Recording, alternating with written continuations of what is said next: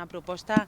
fruit d'un acord amb Convergència Democràtica de Catalunya d'inici de mandat i que per fi, tot i que ha trigat una mica, per fi té forma i doncs avui la volíem explicar, tot i que encara diguem que és molt recent. Es va aprovar ahir per la Junta de Govern local i hem volgut de manera ràpida presentar la proposta,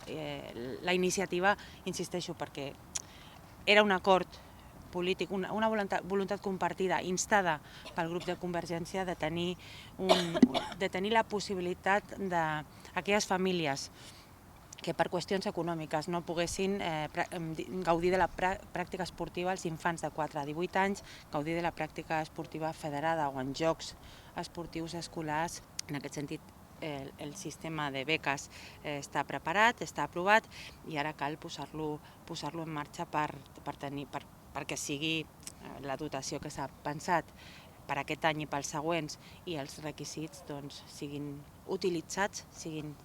els fem servir com a ciutat perquè estem convençuts que és una bona proposta i que moltes famílies de la nostra ciutat en podran gaudir d'aquesta bona iniciativa. Això parteix d'una proposta, d'un acord a principi de mandat, al mes de juliol, de Cartipàs,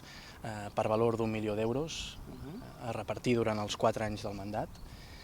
Un acord que principalment volia destinar-se a temes esportius, però també a temes culturals,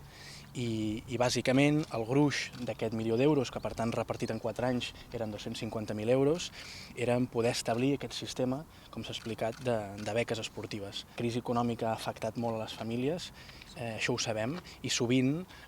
són aquelles despeses potser menys prioritàries les que acaben caient abans, malauradament.